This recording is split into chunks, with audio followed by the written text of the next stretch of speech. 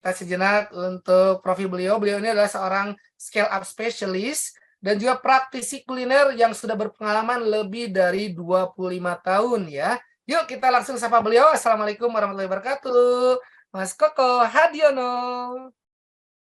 Waalaikumsalam warahmatullahi wabarakatuh. Yes, bagaimana kabarnya malam hari ini, Coach? Alhamdulillah, baik. Alhamdulillah, senang sekali bisa bertemu dan juga tentunya di Evaporator Series yang ke-75 ini. Temanya spesial banget ya, untuk bisa kita memilih di antara growth bisnisnya dengan organik atau dengan investor. Ya, baik. Baik untuk Coach Koko, selanjutnya saya berikan kesempatan untuk berbagi dan nanti akan ada sesi Q&A untuk Anda yang mau bertanya, boleh melalui kolom chat atau bertanya langsung, nanti saya akan pandu ya. Baik, kepada Coach Koko kami silakan. Terima kasih. Assalamualaikum warahmatullahi wabarakatuh. Dan salam sejahtera bagi kita semua. Apa kabar semuanya? Suara saya jelas ya? Yes, terdengar dengan jelas sekali Koko. Oke, ya. Pak Koko, siap. Iya, malam ini spesial sekali karena saya akan berbagi mengenai apa ya bedanya berbisnis dengan organic grow ya, berkembang dengan secara kekuatan pendanaan sendiri ataupun dengan investor gitu. Dan investor ini ada nanti kita bagi ada beberapa macam investor ya gitu. Saya mulai dengan share dengan template ya supaya jelas saja gitu. Oke, silakan Coach untuk Ya. share screen-nya. Belum aktif ya. Oke, sejenak kita akan boleh tim Ya, operator coba. dibantu diaktifkan untuk Ya, host-nya. ini kayaknya belum aktif. Baik, sudah silakan Sudah Coach ya. Koko. Ya. Waduh. PowerPoint-nya nggak keluar ya.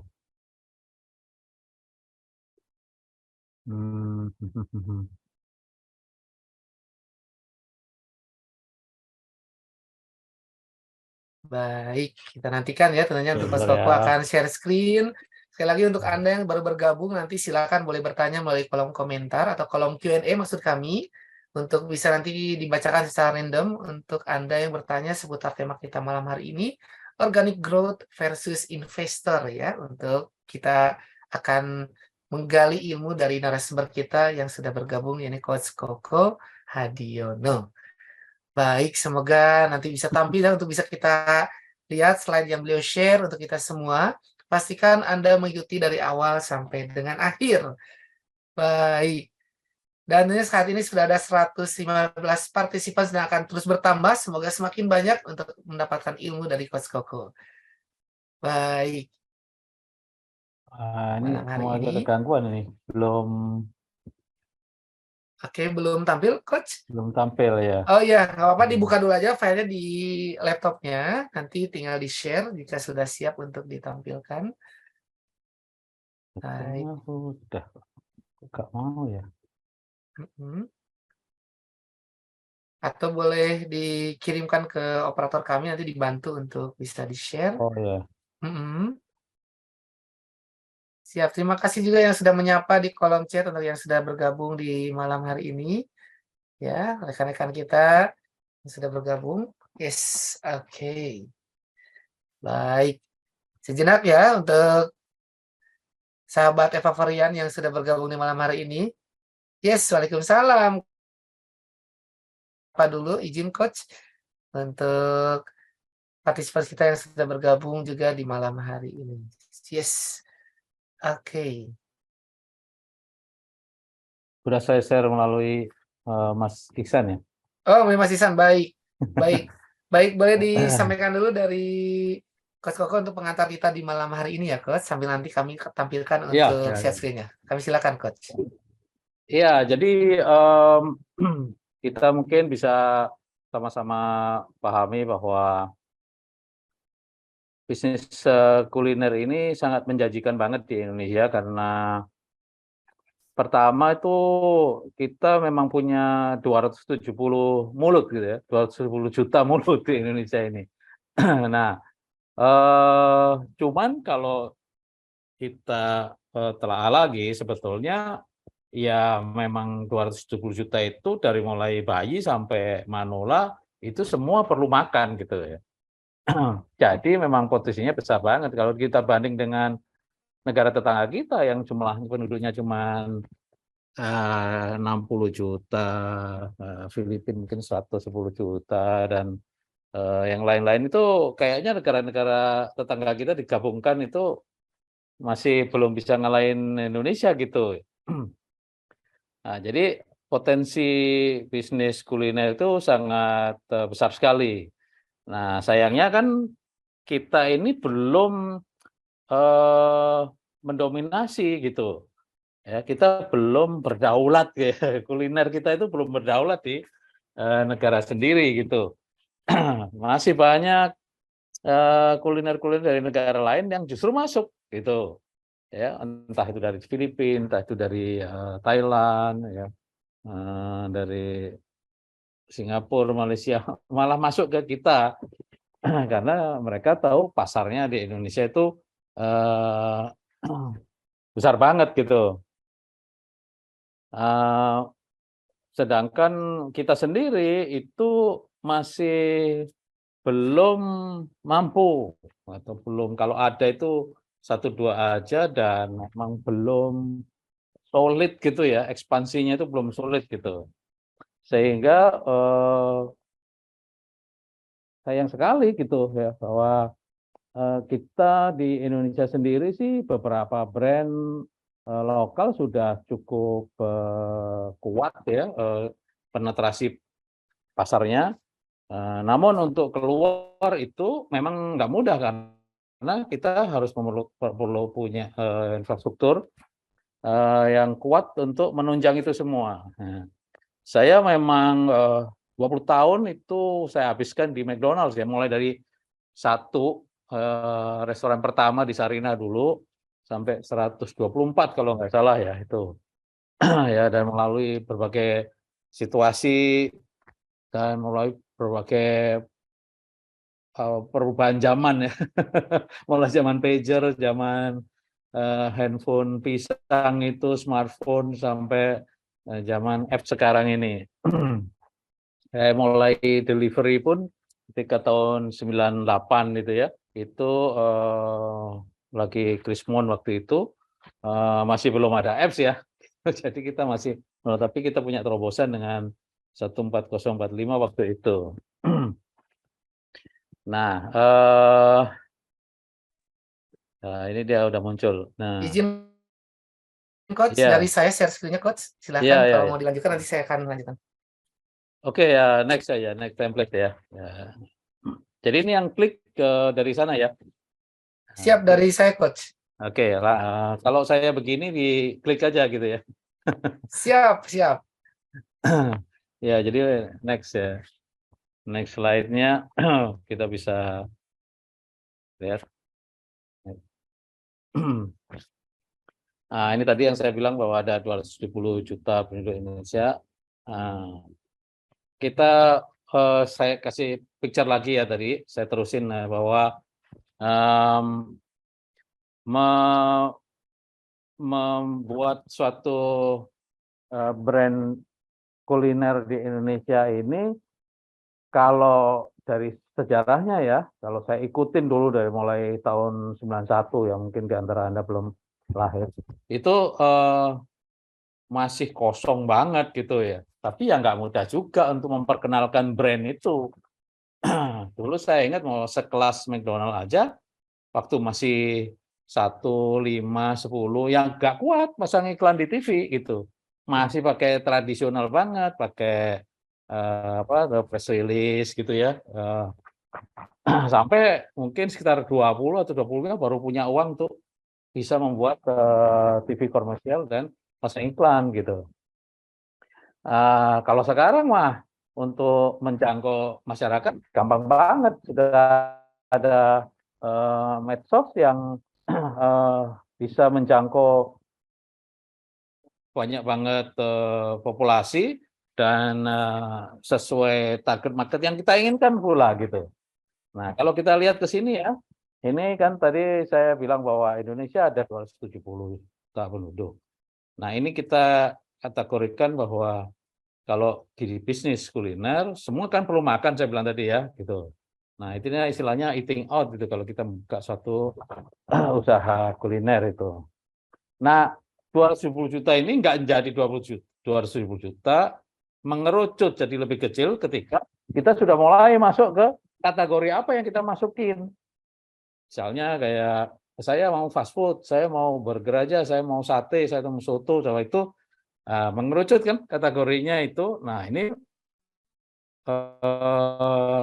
semakin kecil ini jumlah populasi yang berminat untuk di situ gitu ya. Tapi itu kita lebih fokus ketika kita saya mau menjadi Raja Soto Indonesia gitu. Nah, itu memang jumlahnya nggak 200 juta lagi gitu, tapi kita lebih fokus. Lebih kerucutin lagi itu kalau kita sudah mencanangkan service methodnya gitu ya. Masih ada beberapa yang lain-lain, tapi saya singkat-singkat aja ya. Service method itu kalau bahasa yang lain misalnya dinamakan channel. Melalui apa? Mau kita mau melalui delivery aja misalnya gitu. Kayak Domino Pizza, seperti minuman kekinian itu akan mengerucut lagi lebih kecil. Tapi kecil-kecilnya di Indonesia ini masih gede. Bayangin kalau 100 juta itu masih saya kayak ya begitu negara lain kayak Filipina gitu kali ya gitu. Nah, jadi potensinya itu besar banget, tetapi masih apa ya dalam taraf tumbuh kita ini. Saya memang belajar banyak mengenai bagaimana building brand dan bagaimana protecting the brand itu yang sekarang menjadi lebih penting lagi ya. Building brand mah lebih mudah, tapi protecting the brand itu lebih sulit, lebih sulit sekali. Nah, ketika kita sudah mencanangkan bahwa bisnis model kita seperti apa, kategori kita apa, nah kita masih harus punya PR satu lagi bahwa segmennya apa gitu ya. Mungkin diklik berikutnya ya. Nah, segmen ini kita sosial kelas apa? Kelas A, kelas B, kelas C, kelas D. Nah, ini semua sudah tahu lah ya. Ini enggak bukan baru. Tapi menjadi baru bila kita ini masuk ke situasi yang nggak normal. Kayak misalnya resesi atau inflasi tinggi gitu. Ya, jadi kalau kita sudah mencanangkan ya di antara Anda sekalian pasti sudah ada yang sekarang punya outlet mungkin 200 lebih, ada yang 100, ada yang puluhan, ada belasan, ada yang baru mau mulai pula gitu ya. Nah, ini refresh sedikit aja bagi yang baru mau mulai mungkin ini penting, yang sudah mulai ya refresh saja. Bahwa Anda kan sekarang sudah mentargetkan sosial kelas yang mana yang Anda bidik itu. Nah, ketika sekarang misalnya Anda bidik kelas B atau kelas C gitu, situasi yang sekarang kita lalui ini itu sudah nggak normal sebetulnya. Sejak pandemi kemarin itu sudah terdisrupt gitu ya. Jadi yang biasanya dine in tiba-tiba nggak bisa dine in. Terus jadi full delivery bisa sampai 80% itu delivery aja. Itu kan artinya Anda yang nggak terbiasa delivery menjadi harus terpaksa mempelajari delivery gimana. Baru saja enjoy delivery, ada agregator yang bakar-bakar duit, wah gede banget gitu. Tiba-tiba setahun ini kebalik semua. Yang bakar duit nagih balik bahwa sekarang gantian kamu dong yang bakar gitu ya. Gitu sehingga profit kita menurun. Tahun lalu pada saat seperti ini, Desember seperti ini di tahun yang lalu itu beberapa klien saya sudah saya ingetin bahwa honeymoon period dari salah satu agregator yang orangnya itu belum tentu kejadian lagi di tahun 2023 gitu. Nah, ini padahal kita dituntut dari tahun ke tahun itu harus SSS positif ya, same store sales positif. Bagaimana Pak Koko itu? Kan tinggi banget ini untuk bisa lebih tinggi dari itu. Nah, saya bilang coba dihilangin dulu itu. Kalau itunya dihilangin, apa tuh namanya, faktor promosinya itu, co-fundingnya itu dihilangin, kita basic aja, itu dilawan tahun sekarang masih seperti apa posisinya gitu. Nah, nah ini satu tantangan yang menjadi tidak normal situasi sekarang ini. Plus sekarang rada ditakut-takutin lagi tahun 2023 gelap lah, resesi lah, itu yang nggak jelas sebetulnya definisinya itu akan seperti apa. Jadi semua pada mencari info sendiri-sendiri, semua mendengarkan podcast A, podcast B, podcast C, podcast C itu yang ngomongin itu yang nambah bingung aja gitu. Ya, jadi saya juga nggak mau nambahin bingung Anda gitu ya. Jadi saya optimis saja bahwa we have to stick to the plan yang akan kita lakukan. Makanya saya selalu saranin untuk membuat simulasi aja, plan A, plan B, plan C gitu ya. Bahkan plan D gitu. Kalau nggak resesi gimana, kalau resesi gimana, kalau itu ya. Resesi jauh-jauh gitu. Inflasi tinggi yang mungkin, yang lebih menakutkan lagi karena nanti ini kan kalau kita ngomongin segmen itu sebetulnya terkait dengan spending power ya. Boleh diklik tuh. Oh, belum, salah balik. Ada satu klik lagi yang mestinya keluar. Siap, Coach? Coba di Ya, Coach. betul Setelah diklik. ini lanjut. Ya diklik aja, nanti keluar ini ada tulisan spending. Wah, kok lompat ke sini ya? Iya, langsung ke sini, Coach. Dari slide-nya, Coach. Izin. Coba balik lagi, belum selesai tadi. Oke, siap. Iya, jadi sebetulnya satu lagi. Ini Bukan. maju. Yang tadi. Nah, Siap. stop. Nah, Siap. ini. Nah, ini nggak enaknya kalau saya nggak klik sendiri. Kenapa? Jadi ketika spending power turun gitu ya, kelas A sih nggak bakalan turun. Kelas A itu cadangan duitnya banyak banget dia. Mau sehari makan atau 1 juta ya bisa-bisa aja dia karena sejuta sehari kali 30 kali 12 itu masih cukup cadangan uang dia. Jadi kalau setiap kali tetap makan steak aja terus. Dia nggak ada terpengaruh. Nah, kelas B lah yang ya kira-kira rada terpengaruh. B yang kelas B plus mungkin tidak begitu ya. B plus itu mungkin B itu mungkin ya gaji 10 juta sampai 100 juta lah gitu.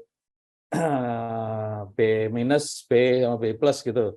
Nah yang B plus sih mungkin masih oke-oke aja. B biasa mungkin kalau ya makan steak sebulan sekali sekarang jadi 2 bulan sekali gitu misalnya. Nah yang C juga begitu ya mungkin ya biasanya makan siang itu 25.000 gitu, sekarang cari yang 15.000 ada nggak ya? Ya paling gitu tuh gitu. Nah itu yang kita akan berasa bahwa kemana customer kita ya gitu.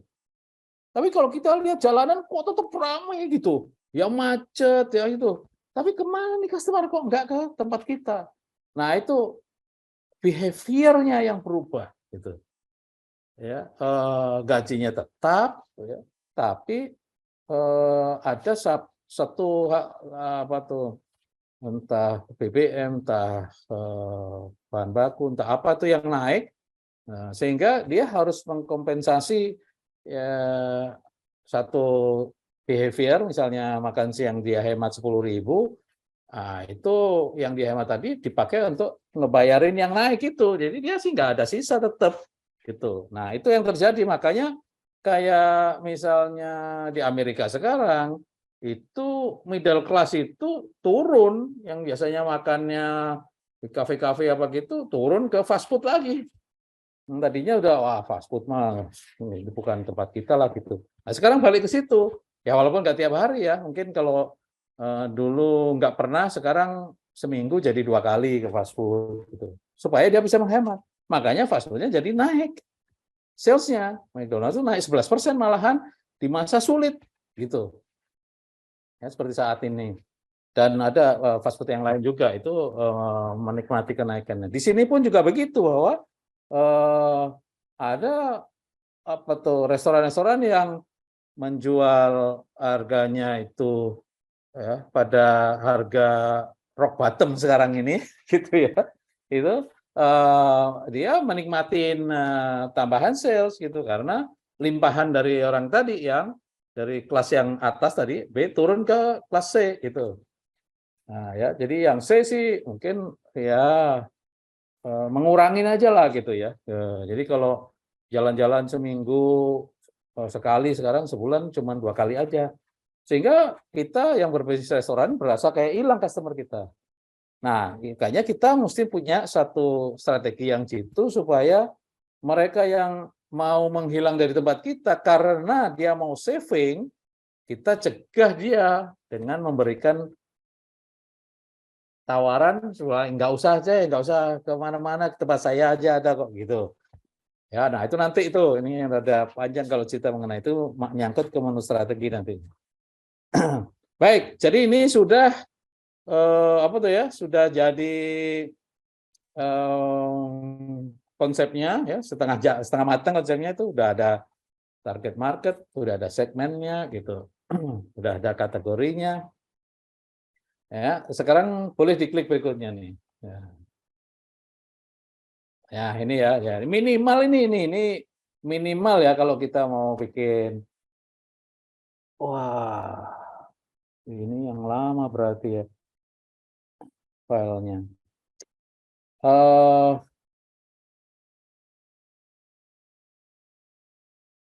Oke, jadi begini.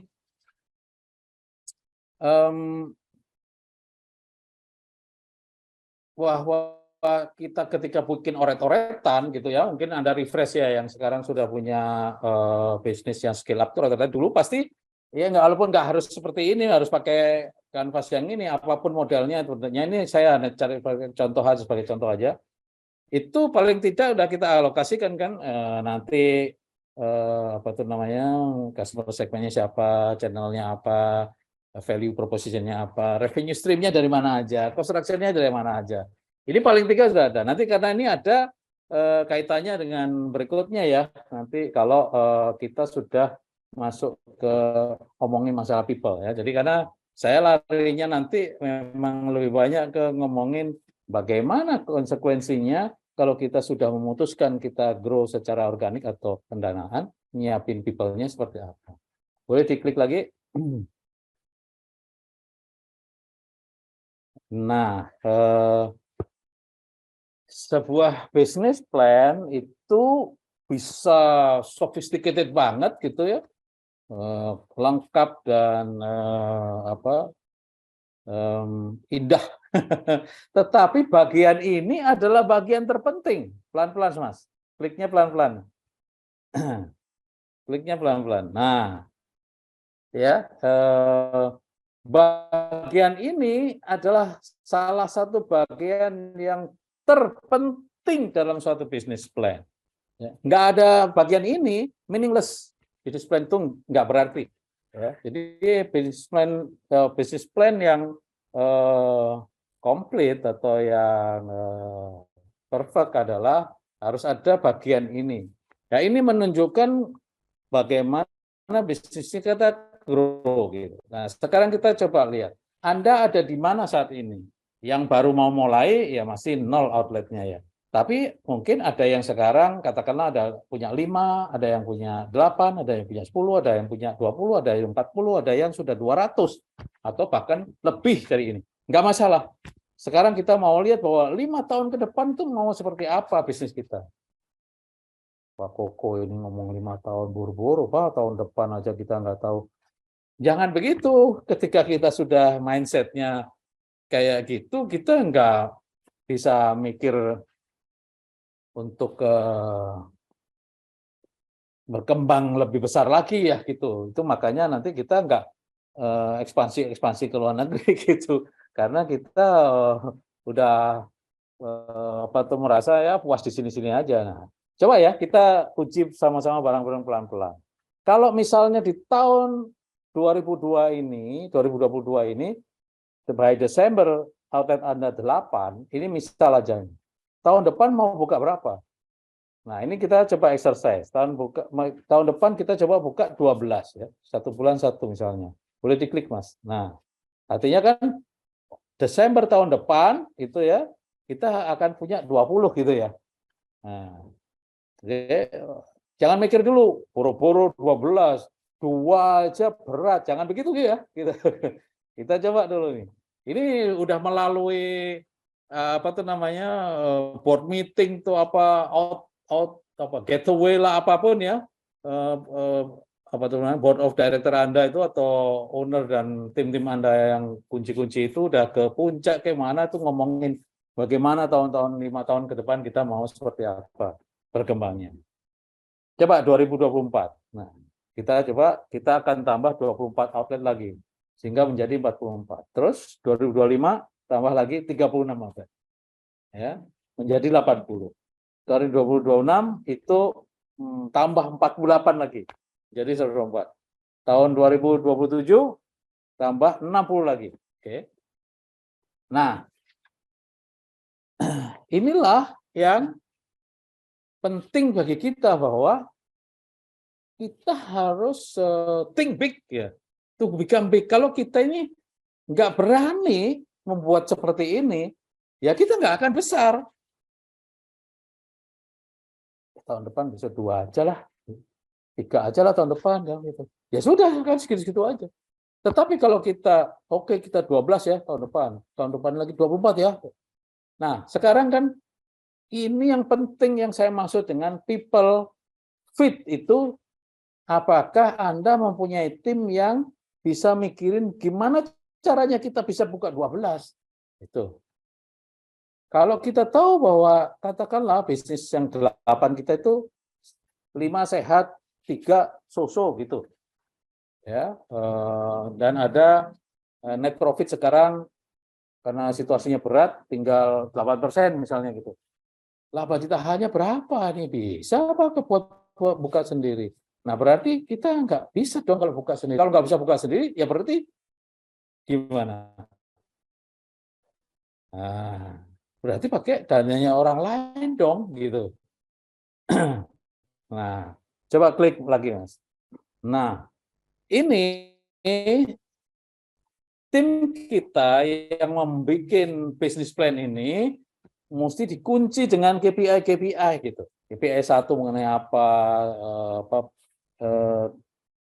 apa tuh capaian transaksi sales dan sebagainya. Tapi KPI ketiga harus mengenai people.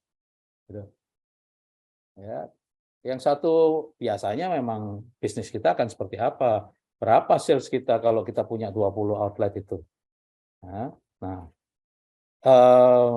KPI kedua marketing lah apa segala macam gitu. Tapi KPI ketiga harus people. Karena kita akan punya berapa orang kalau kita punya 20 outlet nantinya. Boleh diklik lagi, Mas. Nah, balik lagi, Mas. Coba. Ini file yang lama kayaknya nih, waduh. Jadi begini situasinya. Ketika kita punya 20, kalau itu misalnya kru ya gitu, atau kita bilang bahwa satu outlet itu 10 kru gitu. Berarti ketika 20 kita sudah punya 200 kru. Ketika 44 kita punya 440 kru. Ini apa tuh namanya jumlah outletnya kita asumsikan satu outlet 10 orang lah ya. Dengan sales kira-kira 10 sampai 15 juta per hari gitu. Ya, 10 sampai 15 juta per hari. Itu mungkin ada 7 orang kru, 3 manajer gitu, atau 8 kru, 2 manajer gitu. Ya, komposisinya kira-kira. Nah, ini kan berarti kalau sudah mencapai 184 nantinya, itu 1.800 kru kita sudah punya ini. Kalau kita bagi misalnya satu area manajer, itu handle 4 gitu. Kok 4 Pak Koko? Saya biasa 5, saya biasa 10. Ya, tergantung skalanya ya. Skala sebesar apa outlet Anda ini? Kalau outletnya skalanya masih single digit, ya bisa lebih banyak lah gitu. Tapi kalau skalanya udah belasan juta atau bahkan puluhan juta, ya jangan merisikokan bisnis Anda dengan dimanage oleh orang yang lebih sedikit ya. Nah, jadi katakanlah sekarang karena kita grow yang cepat itu memerlukan orang yang cepat juga persiapannya. Ketika kita 1:4 misalnya, itu berarti pas 20 kita sudah punya 5 area manager. Ya. Sekitar 80 kita sudah punya 20 area manager. Sorry. Iya. Nah, jadi semakin ke sana, kan semakin kita perlukan semakin banyak orang. Nah, masalahnya begini. Kalau Anda sudah ada di 124 outlet, atau bahkan lebih itu, nyari area manajernya dari mana? Kalau sekarang misalnya masih 8 atau 20, masih bisa hire dari luar gitu. Wah, sekarang mah yang dari dalam mah belum mampu.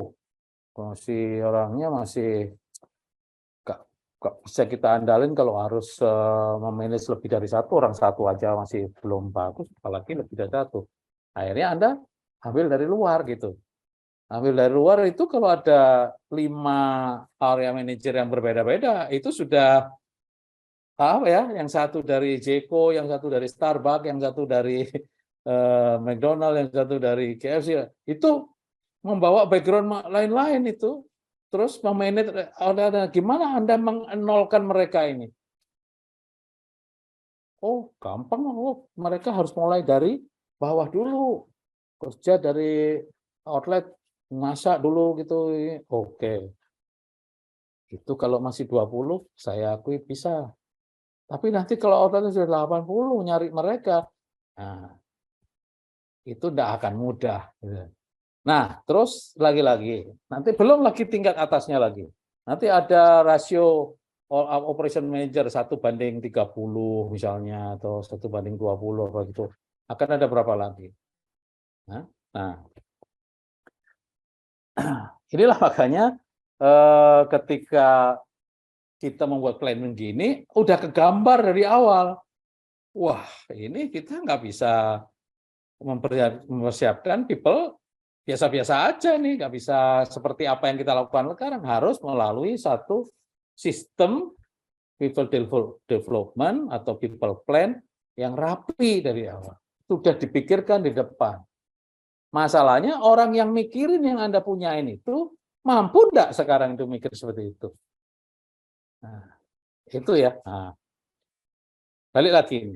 Ketika kita sudah punya gambaran bisnis plan seperti ini, kan bilang, waduh, besok tahun depan buka 12. Kalau kita organik nggak bisa nih. Sehingga, coba next slide. Sehingga kita akan mengambil pilihan. Ketika kita organik, kita tidak mampu. Ya. Mampu sih, tapi paling 1 itu, 2 itu organik. Nah, tapi kalau untuk 12 sendiri nggak bisa. Nah, Anda bisa pilih dengan investor berarti kan, itu. Oke, pakai investor deh, supaya tetap plan kita grow itu kejadian gitu. Ya, kita pilih pakai model operator model misalnya gitu. Oke, supaya kita, karena kita infrastrukturnya belum siap kalau kemitraan misalnya. Ya, kita pakai operator model aja, jadi kita yang operate tetap ya, ada investor yang mau, dan kita bisa cari investor yang bisa mau untuk dan punya dana untuk membuka paling tidak satu investor 4 misalnya, 4 outlet atau 5. Mempunyai kapasitas dana itu. Kalau misalnya katakanlah outlet kita itu 500 juta satu gitu ya, kali 4 2 miliar, dia punya cadangan uang itu untuk Nah, sehingga kita nggak 12 outlet yang 10 misalnya pakai pihak ketiga investor, kita deal dengan 10 investor, pusing. Nah, itu biasanya yang kejadian di kemitraan ya, ada 10 mitra. Nah, itu kalau infrastruktur kita nggak kuat, itu akan bumerang nantinya. Itu yang menjadikan bahwa nantinya kita bukannya growth tambah begini, karena kita buru-buru mempersiapkan infrastruktur untuk tambah gede, menanganin yang sudah ada aja, sewok gitu. Nah, saya udah ngalamin beberapa kali, baik itu klien gitu ya, yang kelas besar maupun kecil itu kekeliruannya adalah infrastruktur untuk memanage mitra itu belum siap ya, karena nggak bisa seorang area manager yang biasa itu terus tiba-tiba memanage mitra gitu. Mitra itu nggak bisa disuruh-suruh, itu kursi sudah jelek diganti, nggak mau dia digituin. Ya, kan ada ilmu komunikasi yang berbeda, ilmu negosiasi itu ilmu diplomasi yang harus dimiliki oleh seorang area manager. Itu saya namanya sudah operation consultant sebetulnya, bukan area manager biasa. Nah, itu ada kelasnya itu. Dulu saya ngelewatin itu untuk supaya bisa memanage mitra dengan baik gitu. Nah, katakanlah tadi nanti memilih model operator gitu. Nah, ini kan kita bisa perhitungkan bahwa rasionya 1 banding berapa. Misalnya 5 operator, 1 organik gitu. Jadi organik itu kecuali kecuali outlet yang kita peran itu, yang kita jalankan itu emang luar biasa suksesnya gitu. Salesnya meledak gede, sehingga apa? Ukurannya adalah payback. Ketika paybacknya itu kurang dari setahun, nah ini mungkin tahun kedua, ketiga itu tuh sudah bisa apa tuh organik, nggak perlu uang dari pihak ketiga, itu nggak perlu. Nah, mungkin ini brand yang ada di sini ini ada satu brand yang beda kutub ya, benar-benar gini. Brand gacoan ini yang memang klien saya itu dia nggak perlu uang pihak ketiga, dia bisa sendiri. Nah, Haus itu beda ya, awalnya juga pakai mitra, kemudian di buyback dan pakai pendanaan. Nah, ini lagi beda lagi pendanaan modelnya ya.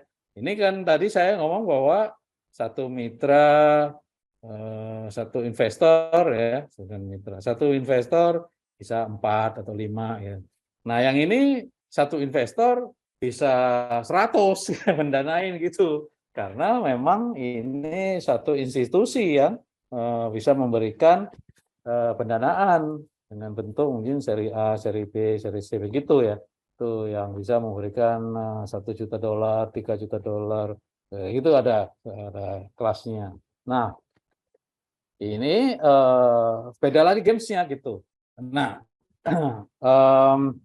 Anda bisa bayangin yang tadi bahwa kalau tadi itu yang tahun kedua, ketiga, keempat itu, kenapa tadi itu saya tulis 12, 24 itu bukan hanya angka jatuh dari langit. Memang kita persiapkan bahwa seandainya kita memang memilih untuk didanain, pemberi dana itu maunya kita berkembang gitu. Gak mau kita dikasih, mereka ngasih dana terus pelan-pelan ya bukanya, ya mau dia maunya duitnya balik cepat, sehingga biasanya nih kesukaan mereka adalah dalam waktu 2 tahun itu bisa berkembang 3 kali lipat gitu. Jadi dalam 24 bulan itu bisa salesnya 3 kali lipat gitu.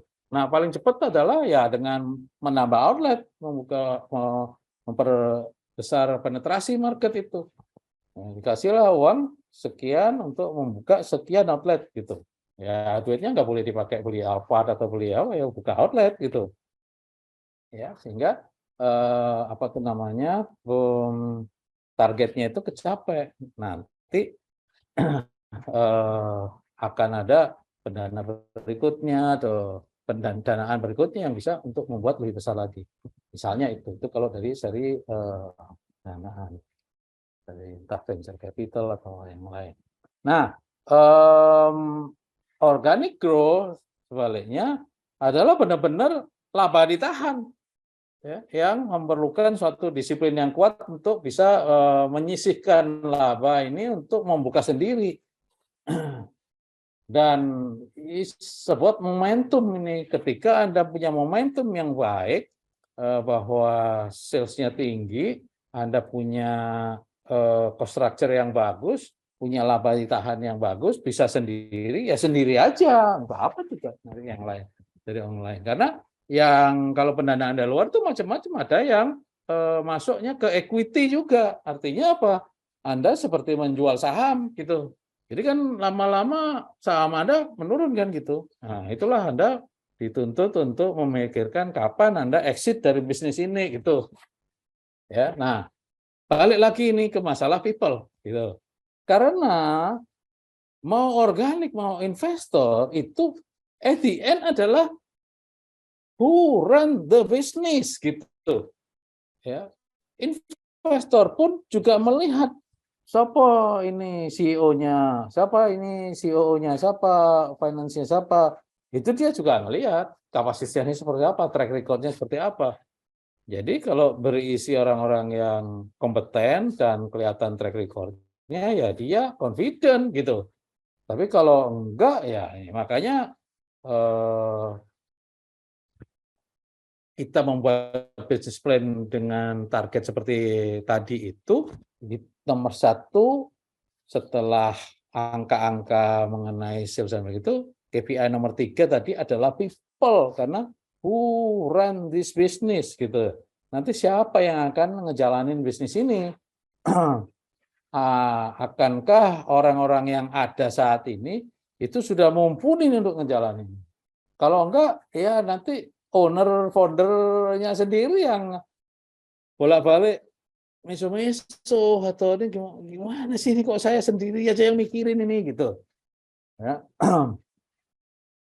Nah, ini gambaran singkat ya, secara summary aja bahwa situasinya, tetapi yang sama adalah pada titik tertentu, baik organik maupun investor, kita harus menyiapkan orang dari dalam. Otherwise, it will be chaos. Kenapa? Tadi kalau angkanya sudah ratusan outlet, puluhan outlet itu, kalau kita tetap ngambil dari luar, hire AM dari luar, itu standar dari atau fundamental dari bisnis ini dipertanyakan nantinya. Itulah yang biasanya menjadikan suatu bisnis itu goyah itu karena tidak ada fundamental yang kuat gitu. Yang dibangun ketika kita merencanakan scale up sebegitu besar gitu. Nah, karena di titik tertentu ya awal-awal mau hire dari luar tuh terserah aja gitu. Tapi itu pun ada jebakan Batman-nya banyak nih. Misalnya Anda menganut AM kita wajibin untuk bisa membuat PNL. Saya garis bawain ya, membuat PNL. Bukan ngebaca ya, membuat PNL wajib. Kemudian Anda hire dari luar. Hire-nya dari Starbucks. Ya, saya kemarin saya lihat, dari mana itu Starbucks? Jadi kita lihat berapa lama dia kuatnya. Nanti kalau accountability setiap bulan nggak bakalan kuat dia.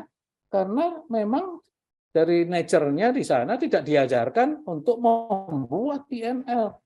Paling sales COGS itu aja paling mentok. COGS saja belum tentu.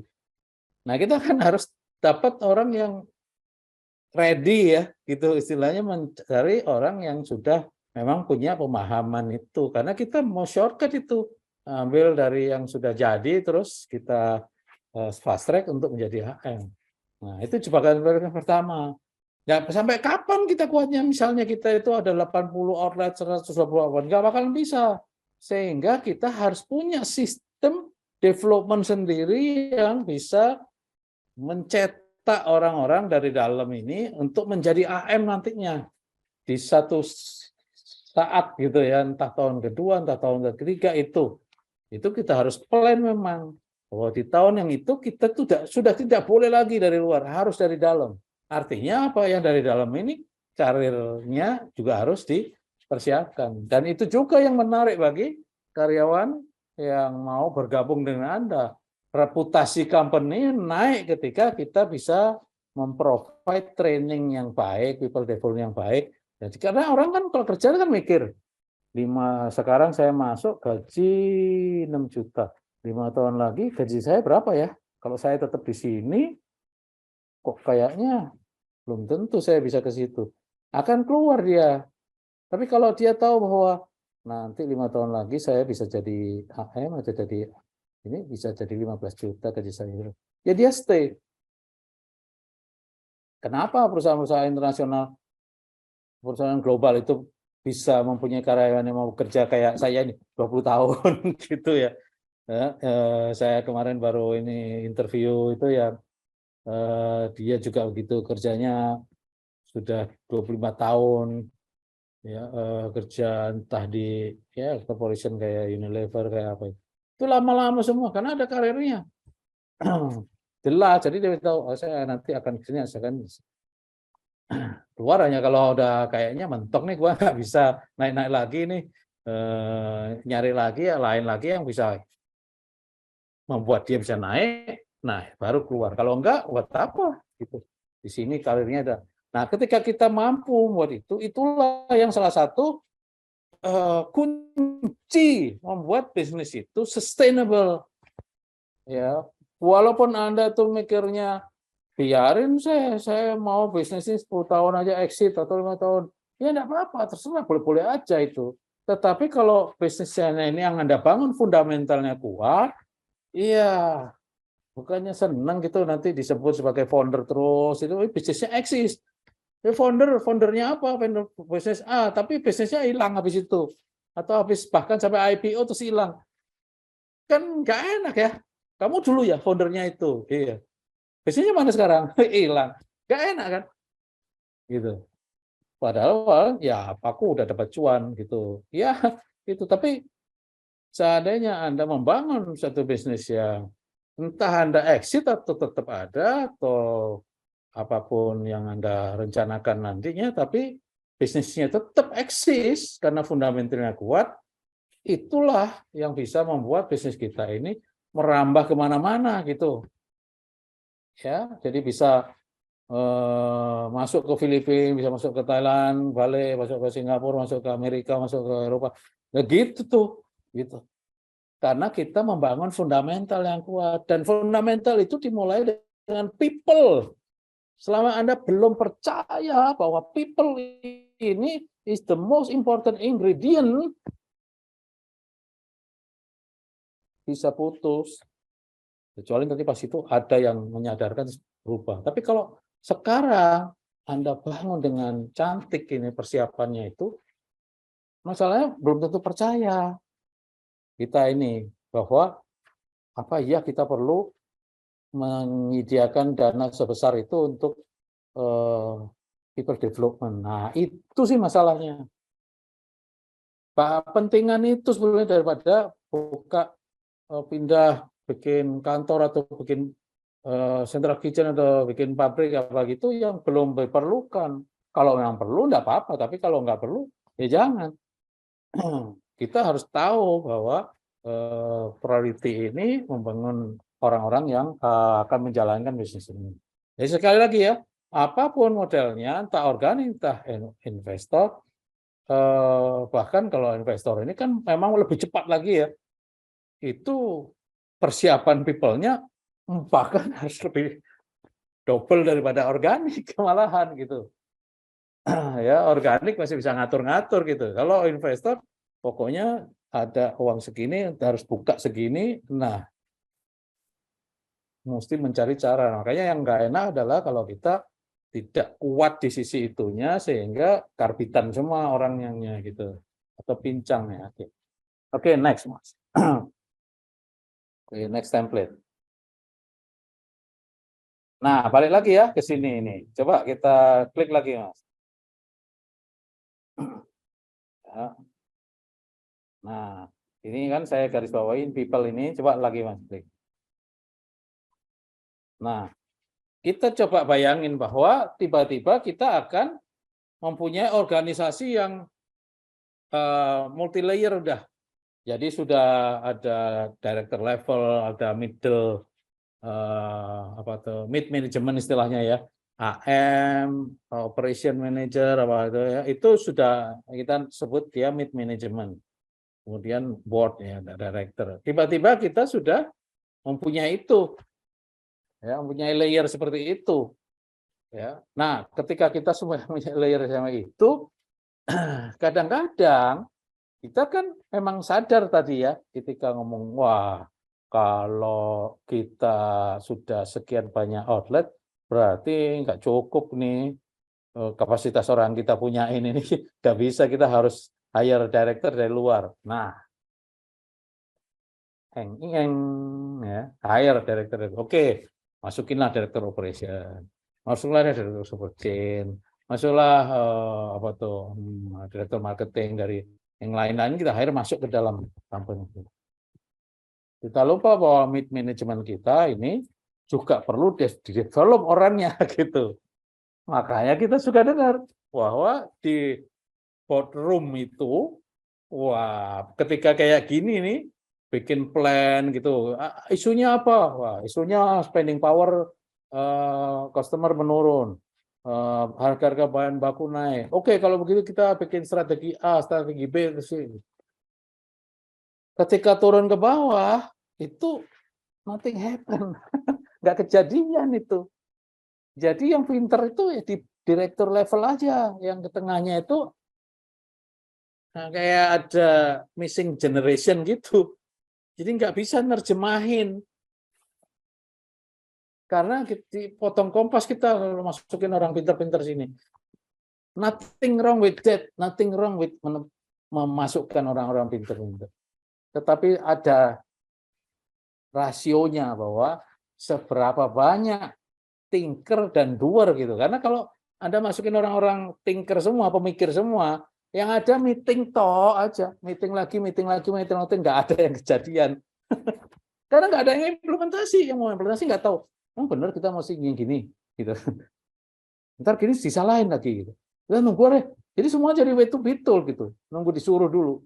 Takut salah soalnya. Mau inisiatif, bukan gitu maksud saya, digituin malahan. Oh, kalau gitu salah dong kita begini. Ya, jangan gitu. Nah, orang-orang ini tidak di-empower untuk melakukan kesalahan. Karena apa? Sudah di-lock dengan KPI. KPI-nya harus tercapai ini, targetnya ini. Jadi yang atasnya nggak ngasih room kesalahan. Kan natural banget gitu ya. Jangan salah ya, salah saya nggak nyampe ini, saya nggak keluar bonusnya misalnya gitu. Sehingga yang di bawah nggak boleh salah kita nih gitu. Ya udah, saya nunggu aja. Apa nih? Kalau nggak ada perintah saya nggak kerjain. Akhirnya gitu jadinya. Ini nggak healthy, ini nggak tumbuh nih company kalau kayak gini. Nah sebaliknya, kalau misalnya si founder nih, janganlah, kita nggak perlu ambil orang dari luar, kita bisa kok sendiri, ayolah, ayo gitu. Kamu ikut workshop ini ya, kamu ini ya, itu. Tetapi tidak dengan tegas dicanangkan KPI apa yang tepat untuk mereka, accountability seperti apa yang harus diimplementasikan sehingga bisa nagih utang target atau KPI-nya. Nah, sebetulnya nggak perlu ditagih. Yang benar adalah semua subordinate itu punya ownership akan KPI-nya masing-masing. Nah, ini saya cerita dikit. Dulu saya membuat sistem yang namanya measure your own performance gitu. Jadi ukur performa Anda sendiri. Jangan nunggu sampai saya yang ngasih kamu good, kamu excellent, kamu jangan gitu. Kamu sendiri yang harus tahu bahwa saya good atau saya outstanding karena parameternya jelas, tangible semua, bisa diukur semua. Ya, jadi itu yang kita perlukan. Kalau tadinya oke lah nggak usah harus dari luar dari dalam aja gitu, tapi tidak di itu. Yang ada ya gimana nih? Tahun depan gelap katanya. Kita mau ngapain? Ya nunggu ntar aja deh, apa kata ntar lah gitu. Wah, ya nggak maju-maju company. Nggak ada mandek. Jadi tadi ya, tertolak belakang lagi. Yang kepinteran gitu, tapi nggak dibarengin dengan eksekutor, meeting aja, meeting lagi, meeting aja. Nggak bisa gini, oke, coba kita meeting, ayo, kita duduk bareng, ayo, meeting aja. Tapi nggak ada yang kejadian juga, karena nggak bisa eksekusi. Nah, sebaliknya kalau nggak ada yang mikir yang itu, wah semua kerja keras, pokoknya kerjanya, waduh, nggak bisa dipertanyakan lagi lah dedikasinya. Sakit-sakit juga masuk, gitu. Tapi nggak ada progres, nggak ada improvement bisnisnya. Itu nggak benar juga. Kasihan. Nah, yang harus balance nih. Berapa persen. Wah, ini agak panjang kalau itu nggak cukup. 2 jam, mesti yang nanti sesi 2 hari ya. Saya share semuanya ini. Gimana caranya kita sampai menemukan atau komposisi yang tepat dan menemukan orang-orang yang tepat sehingga bisa membawa bisnis kita menjadi sustainable. Nah, coba ini kita baca bareng-bareng. Mana fungsi-fungsi berikut ini yang kurang perform? Kan kita jadi tahu ya nantinya akan kebaca dengan sendirinya nih. Kalau setiap fungsi ini memprestasikan bahwa kan sudah jelas tadi ya, tahun depan buka 12. Itu jelas banget 12. Artinya apa? Kita harus punya potensi site yang harus dipilih kali 3, 36 pilihan. Untuk dipilih 12 saja sebagai outlet yang kita akan buka. Misalnya gitu. Kemudian volume kita akan naik jadi berapa? Berarti supplier kita mampu nggak supply kita? Kalau nggak mampu harus bagaimana? Dan sebagainya itu kan artinya orang operation mau ngapain, dia tahu harus punya planning mau ngapain. Orang marketing harus tahu bahwa wah tahun depan yang ini salesnya gini, SSS-nya harus gini, harus sekian. Supply chain tahu bahwa wah gila nih nambah sekian ya ini. Beli ayam berapa ton lagi nih? Nyari di mana nih suppliernya? Nah, itu harus ada ownership di masing-masing ini. Nah, nanti Anda bisa ngelihat bahwa mana ini yang pincang ini, gitu. Mana departemen yang ketinggalan, yang lainnya udah pelari, yang ini kok gimana? Sudah saya cari Pak, tapi nggak ada supplier yang mampu. Wah, mati. Ya sudah, kita nggak jadi buka 12, kita 8 aja. Nah, mulai deh. Ini yang nggak boleh kejadian. Jadi ketika sudah komit bahwa itu 12, itu semua harus tahu PR-nya masing-masing itu apa. Dan bahkan mau mengajukan sendiri KPI saya ini, KPI saya ini sebagainya.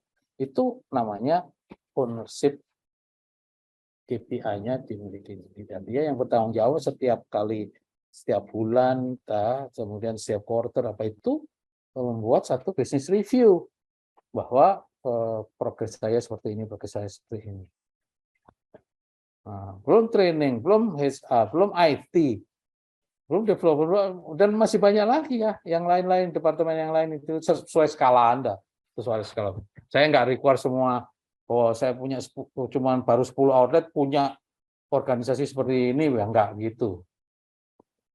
Ya, sesuai dengan perkembangan ya, kan ada tahapannya. Kalau dulu saya di operation 1.0 yang part 2, operation A to Z part 2 itu ada organisasinya, kalau baru 5 outlet seperti apa, kalau 20 outlet seperti apa, itu ada. Nah, ini nanti yang di Jogja nanti tanggal 20 itu lebih mendalam lagi ini membahas mengenai ini. Nah, ini yang kita lihat bahwa seseorang yang menjalankan fungsi operation atau marketing atau supply chain itu 1 tahun sampai 2 tahun lagi seperti apa, kan tadi kelihatan ya. itu yang masih merah tadi ya 1 sampai 2 tahun dia bisa jadi orang operation oke lah dia masih mampu kalau sampai 2 tahun lagi. Tapi kalau 3 sampai 5 tahun lagi nggak bisa nih. Ini orang udah nggak mesti diinjek. Nah, ya diinjek. Nah ini diinjek apa? Diinjek ilmu, diinjek skill. Nah, itu duit masalahnya. Nah ini kalau kita nggak plan bahwa kita memang company harus investasi untuk itu, ya nanti akan menemukan suatu masalah yang datang, baru nyari orangnya. Orang yang ada nih nggak mumpuni nih, nggak kompeten orangnya nih. Ya. Tapi sebetulnya karena kita nggak nyiapin dia. Lain lagi kalau emang capacity, ya tadi kan. Jadi ada capability dan capacity. Kalau capacity-nya nggak bisa nih, ya memang nggak bisa, dia nggak bisa paksain. Mungkin nggak cocok ya di operation pindah lain. Kalau bisa juga, kalau nggak bisa juga, ya tadi harus ada tindakan yang lain gitu ya. Nah, jadi ini kita tuh apa tuh namanya dituntut untuk bisa melihat jangka panjang dan perkembangan people-nya seperti apa. Kok kejam banget sih Pak Koko? Kayaknya nggak ada relationship-nya gitu. Isinya kok angka-angka tuh enggak juga.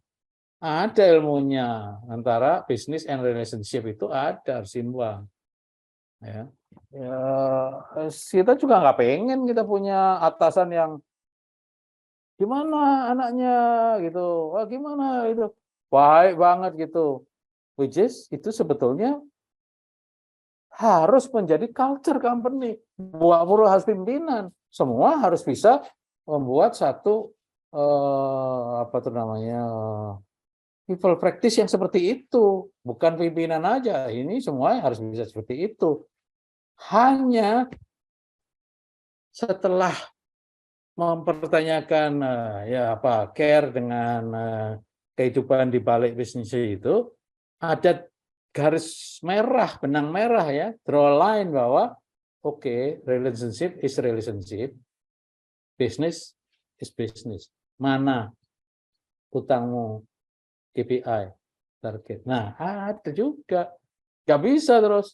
Ya, ini atasan itu baik banget. Gua nggak mencapai target juga nggak apa-apa ya. Mati. Itu. Ya, nah itu jadi apa tuh namanya?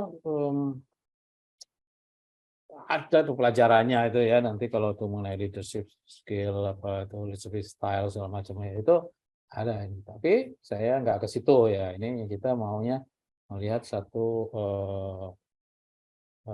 mempersiapkan people yang seperti apa yang bisa membuat bisnis kita itu continuous growing, sustainable, dan profitable juga. Nah, ini kan percuma juga bisa buka gitu. Tapi nggak profitable. Nah, itu jebakan PP-nya kalau pendanaan tadi. Karena yang penyumbang dananya itu, penyandang dananya itu pasti bahwa kita harus menjadi sekian dalam jumlah outlet, jumlah sales, itu harus sekian. Nah, itu.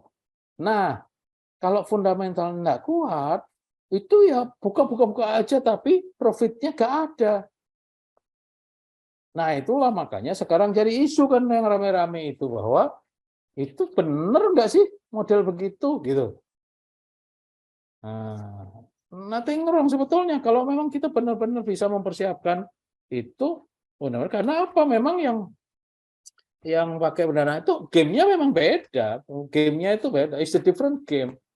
Ya, organic growth sama ini is a different game. Yang pakai itu gamenya valuasi, mengejar valuasi yang itu. Makanya yang divaluasi ya macam-macam. Ya tadi penetrate marketnya, market penetration-nya, bahkan sampai siapa suppliernya, siapa research company-nya, siapa manajernya, siapa direkturnya, siapa itu tuh menentukan gitu. Tapi percuma aja kalau isinya orang-orang pinter, tapi eksekutornya nggak ada, sehingga hanya pinter manipulasi aja gitu. Ya, engineering aja istilahnya ya, keren bahasa kerennya itu engineering itu, tapi fundamental bisnisnya nggak kuat, percuma. Ya, itu yang saya tekanin bahwa padahal tuh ya biasa aja ini bisnis itu ya sebetulnya kasarnya ya mau dari mana kita dapat revenue-nya gitu. Nah, saya bilang kalau dari bawah ketika sudah besar kenapa tadi bisnis kanvas tadi itu saya pakai itu memang sebetulnya apa ya very basic ya itu tapi dari situ tuh jangan salah ini kita bisa ngelihat bahwa ketika kita sudah punya income sebesar ini gitu kita sudah bisa merambah revenue stream yang lain gitu. Kayak contohnya kalau Anda sudah ngelihat film videonya McDonald's itu kan Anda tahu bahwa McDonald's itu revenue stream-nya bukan hanya dari sales saja kan, ada dari real estate gitu kan, bahwa punya duit ini besar, duitnya ini yang ditaruh di bank supaya banknya mau menjamin kita, duitnya yang kita pinjaman itu untuk beli tanah, nah tanahnya kita sewain kepada franchisee. Jika franchisee-nya bayar uang sewa kita, uang sewanya kita pakai untuk nyicil pinjaman kita ke bank, ya kita punya tanah tanpa ngeluarin uang gitu kan.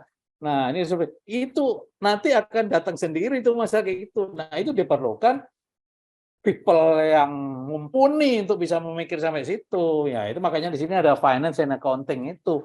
Ini key person gitu ya. Kalau Anda mulai awal itu belum punya finance itu ada titik tertentu yang nggak bisa dikompromi lagi. Ini orang harus ada gitu. Kalau nggak ada itu udah pasti deh nggak bisa apa tuh namanya kreatif, inovatif untuk mencari satu sumber apa istilahnya finansial yang bagus gitu. Termasuk bagaimana mengatur cash flow gitu. Nah, makanya itu di nanti tanggal 21-22 itu saya kasih juga bonusnya adalah cash is king karena jebakan Batman-nya banyak teman-teman kita ini yang PNL-nya bagus tapi duitnya nggak ono. Mau bayar gaji kok nggak cukup ini. PNL-nya bagus gitu. Nah, itu. Ya, biasanya sih paling gede itu adalah di supply chain, ada di real estate, itu ya uang keset-keset sana yang kalah cash flow istilahnya dalam kita deal. Nah itu nggak bisa sejam pokoknya ini nanti di sesi itu yang akan saya share ya bagaimana kiat-kiatnya, tips-tipsnya itu supaya kita nggak kalah cash flow dengan supplier gitu. Nah, apalagi ada mitra. Ya, ini dia. Jebakan Batman plus startup ini kalau sudah punya mitra juga. Jual bahan baku pula ke mereka. Wah, ini bahaya. Punya central kitchen. Ya, jebakan Batman lagi. Gitu ya. Nah, oke, nah itu nanti. Nah, boleh diklik saja. Nah, ini kan lagi-lagi tadi. Nah, ini kan tadi kan orang-orang yang ada tadi itu kalau kita plotkan sebenarnya kemana dia? Ini makanya saya pakai ini sebetulnya namanya sudah bukan model kamera, ini namanya udah dashboard people ini karena orang-orang tadi itu ada di masing-masing area ini kayak marketing ops ini yang mikirin value proposition itu bukan marketing toh harus melibatkan ops harus supply chain. Yang key partners ini kan bisa supplier, bisa mitra, bisa apa itu siapa yang ada di situ. Ini ada RP ya, reselling partner itu mungkin terminologi yang Anda belum biasa ada ini. Tapi kalau Anda punya bisnis franchise, mutlak harus ada dia itu. Ini orang nih itu. Jadi karena mitra itu nggak boleh disejajarkan sama area manager, ini bukan sama di mitra ini investor ya. Dia harus punya ini kelas yang sama, orang yang bisa diajak ngomong dengan pantaran yang sama gitu. Nah, kemudian apa lagi? Cost structure, kok banyak banget. Ini ada SDG. Apa SDG? SDG itu Store Development Group ya, gitu. Namanya bisa macam-macam lah, ada business development, ada terserah. Tapi fungsinya adalah dia membawain construction equipment. Siapa yang mikirin sekarang misalnya, ini gimana ya? Listrik naik, kompor listrik ini ada nggak kompor yang lebih hemat lagi gitu? Nah, siapa yang mikirin? Ya grupnya dia. Kalau enggak coba owner lagi, owner lagi yang mikirin. Wah mati lah. Ini bisnis nggak bisa self running. Ya, orang bilang autopilot. Saya perkenalkan kata-kata autopilot itu di Buddhist Master Class gitu. Berapa tahun yang lalu gitu. Memulai saya ngomong autopilot. Tapi banyak yang misleading pengertian itu. Ya oke, nggak usah kesana-sana terlalu jauh. Ini dulu nih. Jadi yang mikirin improvement itu siapa? Ini adalah orang-orang yang ini kalau saya masukkan ke dalam sini-sini ini, ya ini kan kalau satu oret-oretan aja ketika Anda duduk di kafe, ayo kita bikin bisnis yuk. Itu kan gini, oret-oretannya minimal ini nih gitu. Ada ini siapa nanti yang nempatin ini fungsinya apa, itu tugasnya apa. Nah, ini yang kita lihat juga lemah nih. Revenue stream kita masa nggak nambah-nambah? Nah, itu. Cost structure kita ini kok nggak ada cost saving inisiatifnya ya. Nah, ini orang-orang ini 1, 2, 3, 4, 5 ini kita panggil. Oh ini, halo.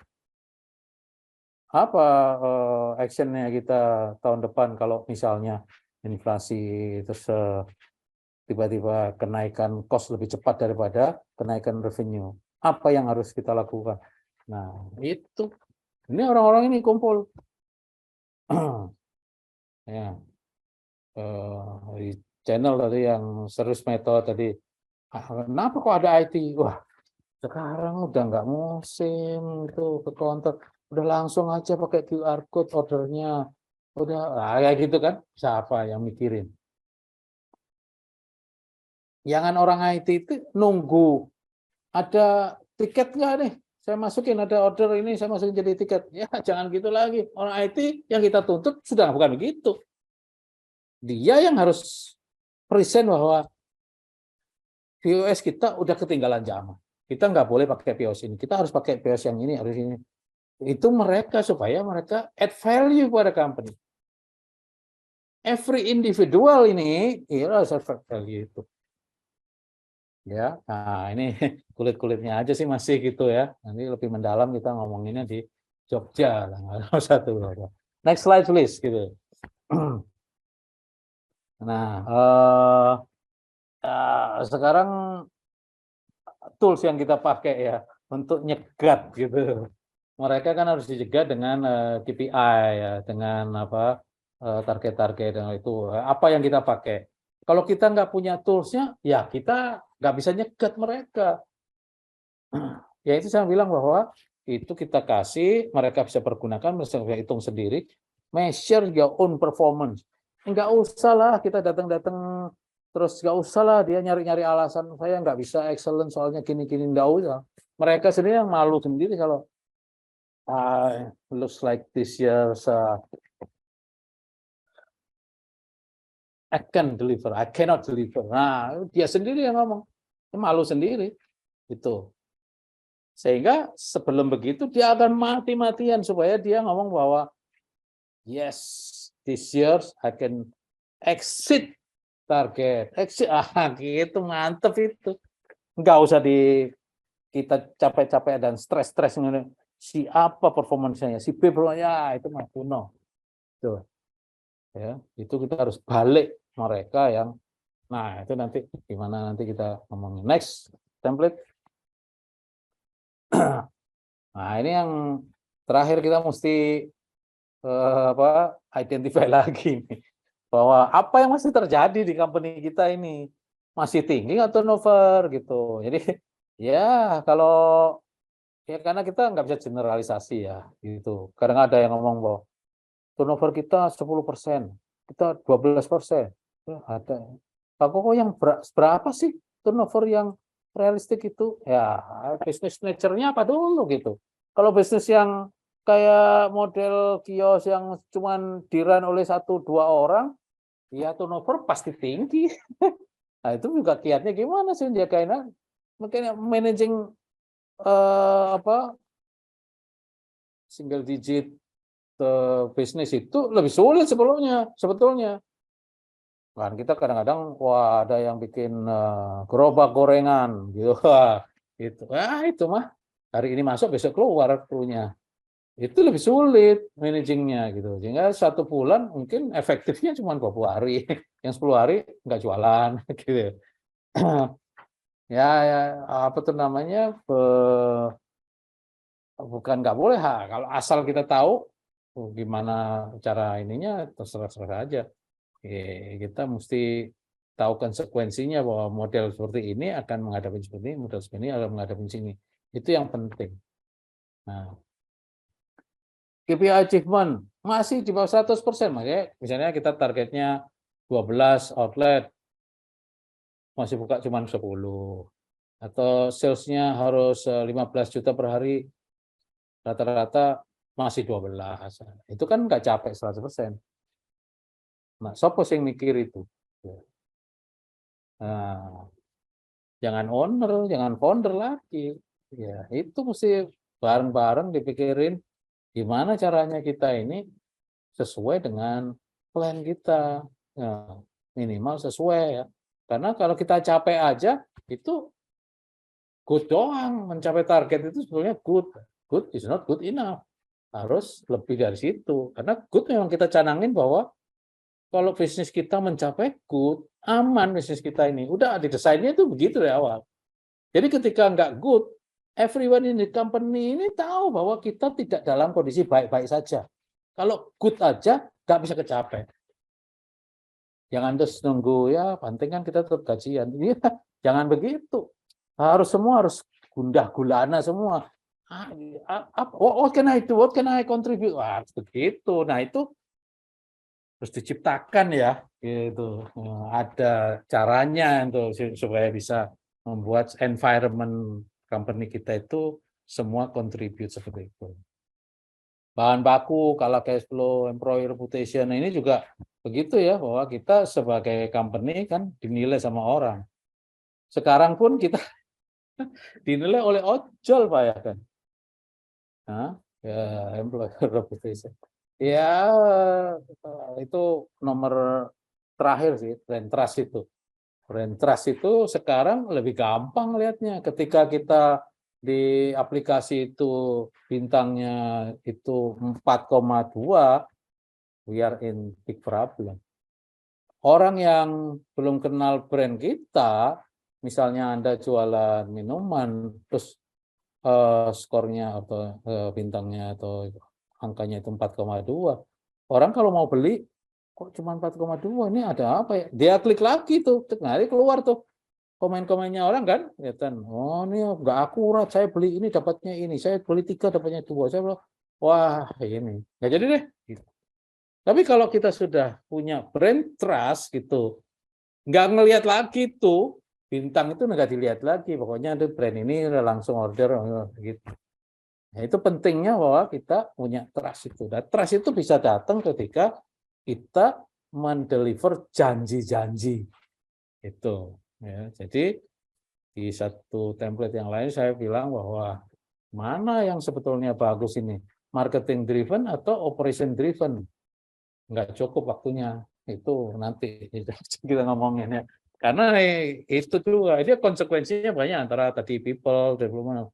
Karena sekali lagi, Anda itu walaupun nggak ngapa-ngapain atau nggak bikin brand activation, tetapi apa yang dilakukan oleh kru, manajer Anda di outlet deliver itu, entah itu dine-in, entah itu take away atau itu ojol, itu sudah membangun reputasi, udah branding sebetulnya gitu. Nah, ini kalau ada yang masih kira-kira branding dulu apa bisnis dulu, itu wasting time aja. Ini ya, jadi ketika kita sudah mendesain tadi dari awal itu bahwa kita akan delivery aja itu pun ketika kita sudah bisa mendeliver produknya dengan quality yang baik, kecepatannya begitu, itu udah branding sebetulnya. Nah, itu jadi kesana lah. Tapi itu ada kaitannya sama ini soal. Belum lagi yang lain-lain ya, agile apa enggak dan sebagainya ya. Kita sudah masuk ke digital transformation apa enggak. Nah, ini kita identify. Ketika ini masih banyak ya kita gitu. Nanti apa tuh exhausted gitu. Makanya bulan Desember inilah waktunya kita untuk melihat bahwa 2022 ini gimana ya? Gimana nih? CEO Anda ketika menutup atau menutup tahun ini pidatonya gimana? Tonalitinya gitu. Apakah mereka bilang 2002 ini tahun yang berat, kita tidak bisa mencapai target. Kita juga nggak tahu tahun depan akan seperti apa. Nobody knows. Jadi ya siap-siap guys. Kita wah kalau kayak gitu ya semua gloomy. Tapi kalau thank you guys, 0,1% SSS positif yang dicapai oleh tim operation marketingnya itu great job di masa yang sulit seperti ini. Mesti selalu cari apa celah-celah yang bisa diangkat untuk uji optimis sama tim gitu ya.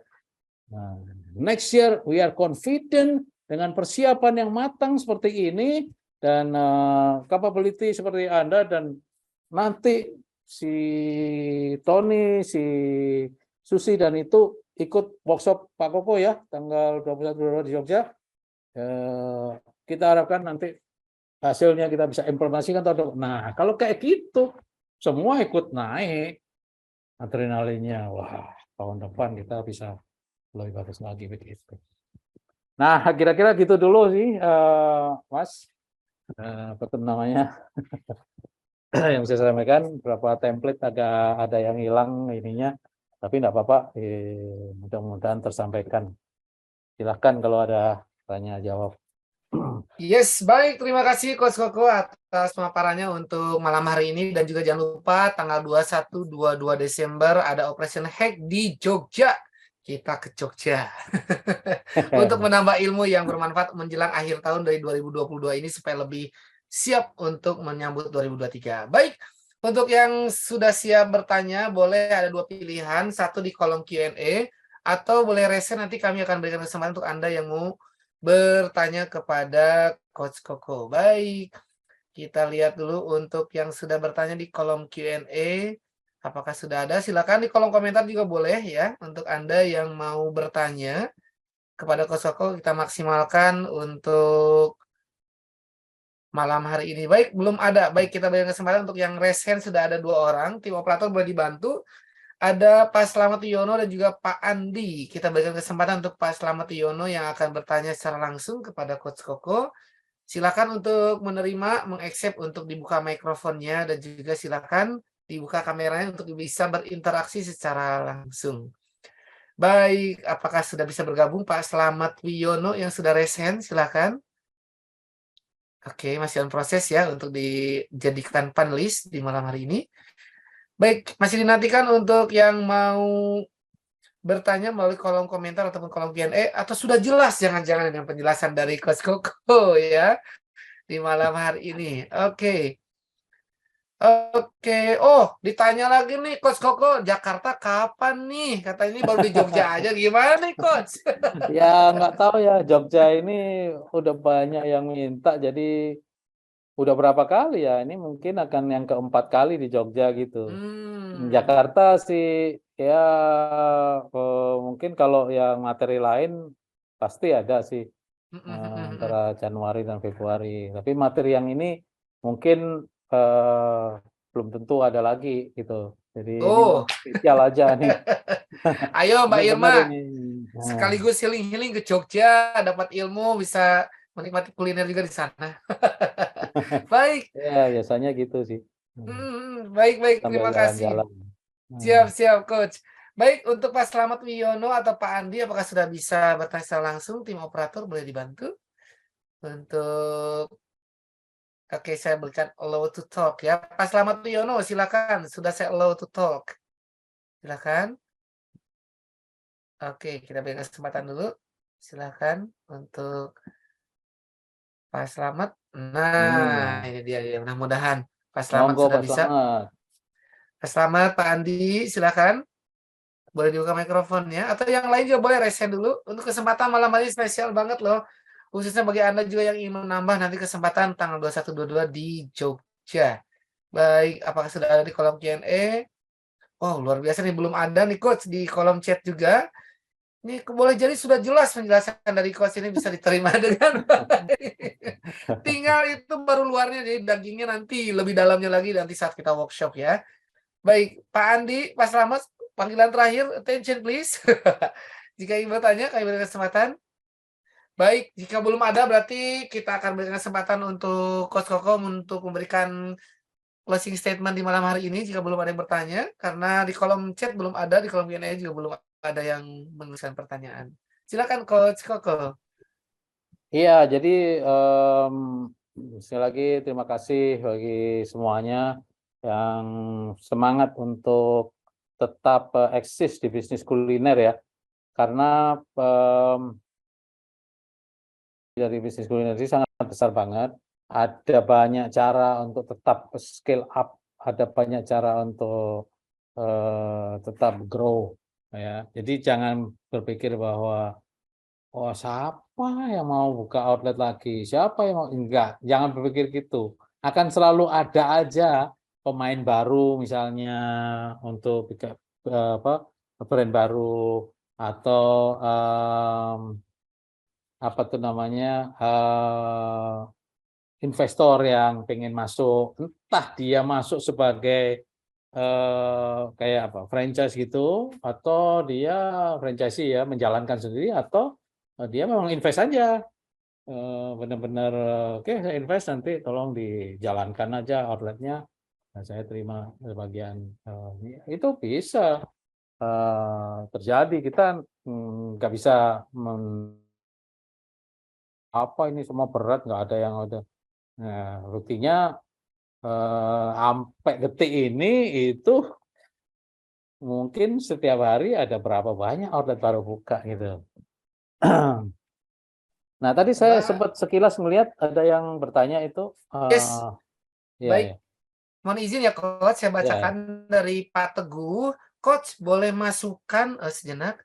Coach boleh masukkan untuk bisnis catering akikah di tengah gempuran perang harga ini Coach. Disilakan Coach Koko. Ya kalau akikah itu kan udah satu ritual tentu. Udah bagus sih bahwa Anda memilih satu bisnis itu berdasarkan satu ritual. Itu yang saya sarankan juga sih. Jadi kalau kita ini membuat makanan untuk sarapan pagi gitu, ya pecel atau rawon untuk pagi, orang Indonesia masih makan rawon juga pagi. Misalnya itu kan ritual, itu lebih terjamin gitu. Ya, dibanding yang nggak ada ritualnya gitu. Nah ini akikah itu juga satu ritual. Nah kayaknya sih akan selalu ada aja orang akikahan gitu ya. Orang nikah aja ada di pandemi gitu kan, tetap aja nikah gitu. Jadi akikah juga akan ada karena akan selalu ada orang anak bayi lahir baru, nah itu. Nah ini yang justru ketika banyak yang berpikir bahwa kayaknya sih bakalan banyak yang nunda nih, kayaknya bakal ini bisnis ini rada berat ini sekarang. Nah, disitulah kalau Anda jeli untuk tetap eksis dan eh, tambah rajin woro-woronya, yaitu itu justru Anda jadi mencuat sendiri, jadi stand out gitu ya. Itu yang saya alamin ketika tahun 98 itu, kan krisis moneter. Semua pada hold spending. Company-company juga begitu, bahwa jangan buru-buru masang iklan di TV. kita untuk bayar gaji aja susah, misalnya gitu kan. Nggak ada yang berani masang iklan di TV. Nah, ketika nggak ada kan kosong, terus kita masang sendiri, ya kitalah yang jadi mencuat gitu. Nah, kayak gitu ya. Jadi, nah kita walaupun tentunya disertai dengan perhitungan-perhitungan yang matang bahwa nggak sekedar bakar duit istilahnya gitu ya, tapi benar-benar ini. Jadi satu sisi jangan mengendur untuk justru tambah ke depan, dan kalau mengenai perang harga itu kita cari value apa yang kita bisa tawarkan kepada mereka. Orang Indonesia ini paling senang kalau dikasih lebih gitu. Jadi kalau misalnya semua banting-bantingan harga, kita nggak banting banget, tapi kita kasih lebih gitu malahan. Itu orang bisa ngitung juga kan gitu. Ah, nggak mau lah, murah nggak, tapi nggak dapat apa-apa itu. Tapi kalau ini apa tuh nggak murah banget, tapi dapat tambahan apa, tumpeng kayak misalnya ada tambahan gitu, tapi kita nggak murahin. Jadi kalau katakan ini kambing jadi 1,5 juta semua gitu. Kita nggak mau ikut 1,5 juta, kita tetap di 1,8. Hal nggak dipilih sama orang, ya jangan salah kalau kita memberi nilai tambah. Nah, orang kita mengemasnya, nah ini yang penting, mengemasnya dalam copywriting, dalam itu bisa mengconvince calon customer kita bahwa oh ini value-nya kok banyak ya, saya beli kambing walaupun agak mahal dikit tapi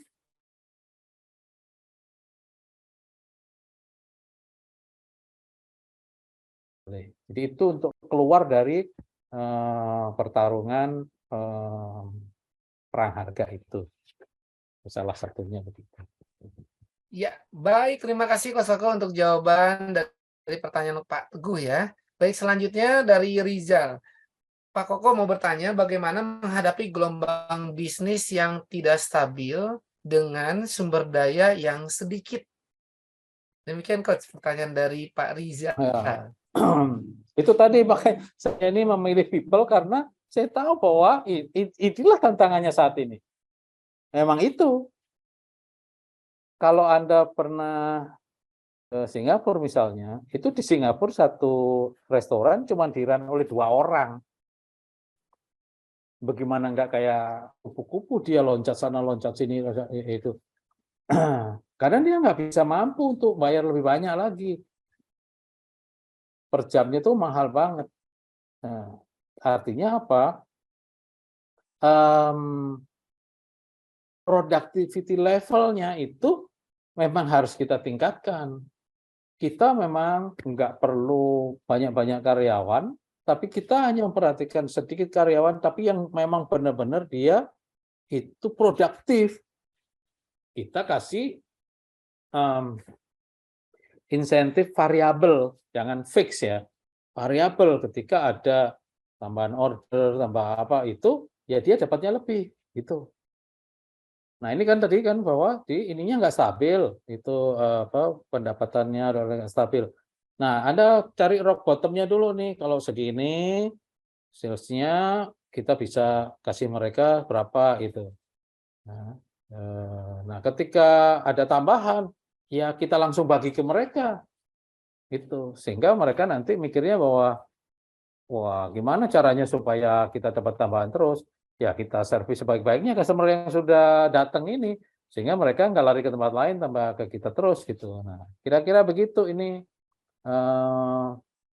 kiatnya ya. Jadi memang di situasi yang sulit seperti sekarang ini, mempunyai people itu nggak bisa luxury seperti masa normal ya. Kalau normal kan kadang-kadang ada yang nggak perform dikit ya, nggak apa-apa lah gitu ya. Ini belum bisa produktif, ini nggak apa-apa lah gitu. Tapi sekarang nggak bisa. Orang yang tersisa ini benar-benar harus produktif, harus benar-benar add value pada company. Benar-benar memang kita butuhin gitu. Tapi kita juga tahu bahwa ketika ada lebihan, ya kita balikin ke mereka supaya mereka semangat untuk bisa bersama kita terus di masa sulit melalui ini. Nah, saya udah pernah melalui masalah kayak gitu nih. Saya layoff 1.500 karyawan, 160 manajer. Saya bilang, kita harus ngapin kapal yang lebih gede. Nanti kalau situasi baik, Anda boleh balik lagi. Ya, model-model gitu dia ngomong. Nah, tapi orang yang tersisa ya memang orang-orang yang benar produktif. Kira-kira itu. Jadi jangan kompromi dengan ya gimana ya ini adanya seperti ini ya begitu. Jangan. Itu benar-benar kita harus di backup oleh karyawan yang memang produktif. Yes, baik. Terima kasih Coach Koko. Kita lanjutkan untuk pertanyaan pamungkas dari Nuryati Wedang. Ya, silakan yang akan bertanya langsung sudah resen, boleh dibuka mikrofonnya. Halo, Assalamualaikum. Waalaikumsalam warahmatullahi wabarakatuh. Selamat malam, Mas Irham dan Coach Koko. Ya, selamat malam, Terima kasih atas Ibu. waktunya. Ya. Iya, saya menyimak tadi tentang investor. Sebenarnya kalau usaha itu kalau mau scale up itu kalau ada investor bagaimana? Idealnya itu ada investor atau modal sendiri yang dibilang organik tadi. Sampai saat ini sih masih organik, walaupun dari bawah pelan-pelan naik, tapi saya sih berusaha organik. Kalau mau up itu investor gimana? Terus apa sih tantangannya ada investor dan organik itu?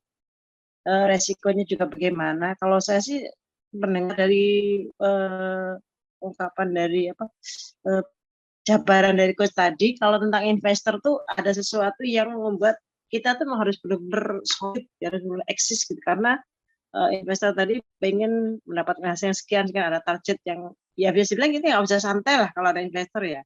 Mungkin ada nggak sih perusahaan yang atau bisnis yang organik tapi bisa berkembang, bisa scale up gitu, Coach? Itu, terima kasih. Assalamualaikum. Salam warahmatullahi wabarakatuh. Terima kasih Bu Nuryati. Silakan Coach Koko. Terima kasih. Tadi saya kasih gambaran ya, yang satu sebelah kiri itu ada perusahaan yang organik, purely organik, yang satu lagi dengan pendanaan atau investor. Kalau tadi pertanyaannya ada nggak sih perusahaan yang bisa besar dan organik? Ada Bu, itu contohnya tadi brand yang sekarang lagi hits itu. Mie gacoan itu benar-benar organik. Nggak ada dana pihak ketiga segala lagi, nggak ada utang juga. Jadi benar-benar laba ditahannya aja yang dipakai untuk berkembang. Nah, itu memang memerlukan skill khusus ya untuk bisa seperti itu. Tapi semua bisa, artinya ya itu bisa dipelajarin gitu ya, bisa diimplementasikan gitu. Tapi ya memang ada kiat-kiat tertentu yang harus dilakuin gitu. Ya, karena saya juga ikut mendampingi, jadi saya tahu walaupun ya saya nggak bisa buka di publik gitu ya, tapi itu memang bisa Bu, apa tuh namanya, organic growth seperti itu. Itu sudah ada buktinya, kasih yang nyata aja, bukan teori-teori, itu bahwa purely organic, nggak utang pula itu. Ya, jadi memang benar-benar laba ditahannya itu dipakai untuk grow itu. Nah, itu satu jawaban. Yang satunya kalau kita pakai investor itu bagaimana? Apakah kita memang siap?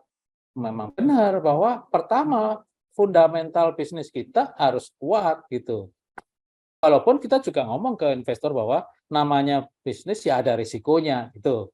Ketika misalnya sales nggak datang apa itu, ya karena satu yang di luar kekuasaan kita, faktor eksternal ya kita nggak bisa ini. Itu adalah satu risiko yang harus ditanggung oleh investor juga gitu. Kan ada macam-macam, ada yang revenue sharing, ada profit sharing gitu. Ya, seperti itu. Jadi mereka pun biasanya yang sudah investor itu ya mengerti juga bahwa ini hanya harus ada ukuran-ukuran sendiri bahwa kalau seperti ini. Nah, makanya ketika kita memang sudah mengajak pihak ketiga, kita sebaiknya fundamentalnya dikuatin gitu. Ya, jadi kalau bisnis yang mengawalinya dengan organik itu kan sebetulnya udah proven bahwa dia bisa buka lagi dengan organik, artinya kan dia bisa mendapatkan profit. Hanya profitnya itu optimum apa enggak gitu kan? Itu bisa ada bocor sana sini tapi dibiarin gitu. Nah, itu bisa jadi seperti itu. Tapi kalau kita nanti dengan pihak ketiga ya memang kita harus persiapkan dulu bahwa bisnis kita ini fundamental bisnisnya seperti ini. Misalnya revenue-nya dapatnya berapa, kemudian operating-nya, kemudian setelah dikurangi net office menjadi berapa net income-nya. Nah, itu kita kasih tahu ke mereka sehingga mereka convince ya, teriyakini untuk oke, ini brand yang tepat untuk saya invest itu. Nah, ya, sehingga kita ya harus merealisasikan apa yang kita janjikan ketika kita yang biasanya tidak terrealisasikan adalah setelah brand itu berpartner dengan pihak ketiga dan melalui beberapa tahun jalanan. Tahun-tahun pertama masih bagus, kedua begitu. Nah, mulailah tahun keempat, tahun kelima, ya tahun kelima udah habis term 1, harus perpanjangan, udah males lagi investornya untuk memperpanjang. Karena apa? Ya, aku udah balik modalnya, mungkin 2 tahun udah balik misalnya gitu. Terus dia sudah nikmatin, tapi kenapa dia mau terus? Karena prinsipal scale up-nya tidak tepat atau belum dipunyai ilmunya. Ya, karena suatu bisnis yang sebetulnya mau di-franchise-kan dan komit untuk sustain, itu ada pakem-pakem yang harus dijalankan supaya bisnisnya itu continue grow. Makanya saya selalu tekanin continue grow, buka terus, tetapi juga langgeng dan profitable terus. Ya harusnya naik, Bu, misalnya. Jadi kalau misalnya kalau sehari itu rata-rata dari penjualan itu 10 juta, tahun besoknya itu bukan jadi 9 juta, jadi 8 juta, jadi 7 juta. Enggak begitu. Kalau itu enggak mau nerusin franchise-nya. Ngapain juga? Saya udah balik, nanti kalau tambah terus-terus, ya malah saya hilang profit yang kemarin. Nah, yang benar adalah tambah lama, tambah naik, jadi mulai biasanya 10 juta per hari, naik jadi 11 juta per hari, loncat dari 13 juta per hari. Harus begitu. Apa ya bisa Pak? Ya bisa. Ya saya udah menjalani ini 20 tahun di brand besar. Terus ini ada brand yang lokal-lokal juga saya ajarkan seperti itu. Itu yang membuat bedanya UKM dengan brand global, Bu. Brand global itu kok bisa sih berpuluh-puluh tahun gitu. Sampai foundernya udah meninggal, bisnisnya tambah gede. Gitu. Kok bisa gitu? Nah, karena ada prinsip-prinsip yang bisa dijalankan dan itu memang ada ilmunya itu. Nah, kita hanya kadang-kadang ada ilmunya tapi nggak disiplin ngejalannya atau belum dapat ilmunya sehingga nggak tahu harus gimana. Itu. Yang ketiga, Ya. ya memang nggak punya pikiran ingin tambah gede.